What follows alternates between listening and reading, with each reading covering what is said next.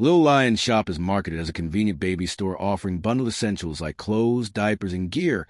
But the real question is it a trustworthy place to buy for your baby or a risky online shop? Here's what the evidence shows. What it claims to be.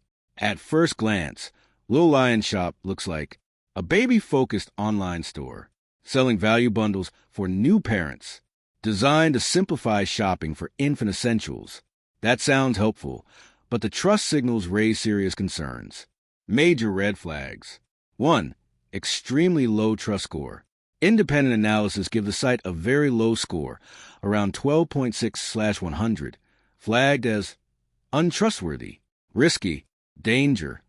That's a major warning sign, especially for baby products.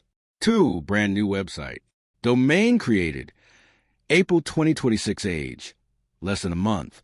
Legit baby stores rarely appear overnight with no history. 3. Link to suspicious activity. The site shows indicators of phishing risk, spam-related behavior, blacklist detection.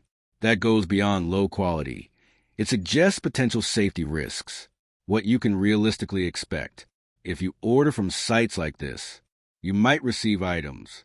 Quality may be inconsistent. Shipping could be slow or unreliable. Safety standards are unclear.